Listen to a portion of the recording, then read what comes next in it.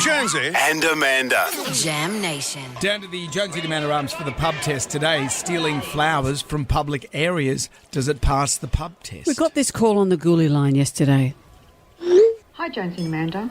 What gets my ghoulies is I have 2 Strelitzia or bird of paradise in my front garden.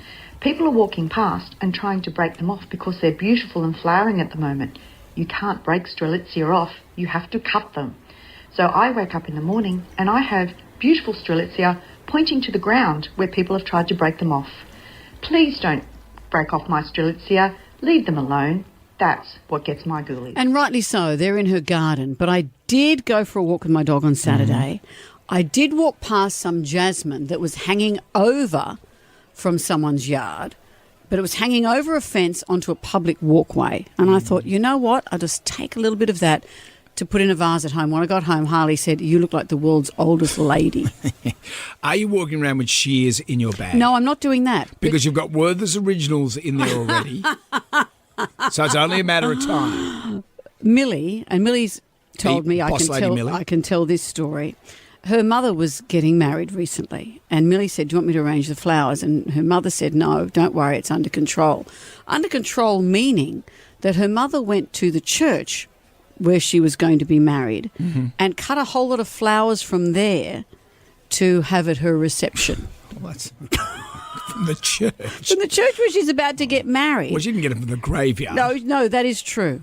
Stealing flowers from public areas, does it pass the pub test? 100% it does. I do it all the time. Anything and everything that looks and smells beautiful. Well, it does. As a florist, we call it roadsidea. So if it's on the side of the road, we can cut it and we can have it. Don't steal from anybody's garden, but if it's hanging over, we can take it, like Amanda did. I live near a very large public cemetery, and there's beautiful freesias that grow wild there every winter, and I pick them every season, and they're beautiful, and if no one else picked them, they just die there. No, I don't think it does, because it's about where the root of the plant is. If you do something to that plant that you don't own, the person on the other side of the fence, they own that plant, and if you break the branch that causes it to grow in a way that they're not happy with, or it's not your plant. Even if it's hanging in the public domain, the roots are in someone else's home. No, absolutely not.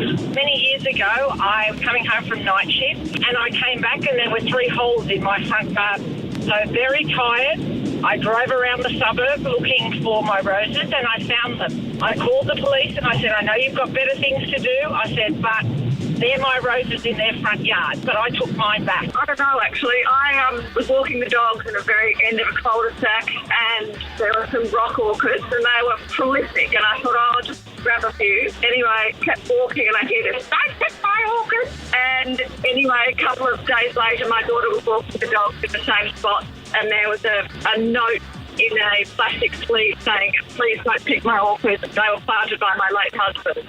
Eek. Yeah, maybe just keep your hands to yourself. Keep off my birds of paradise, man.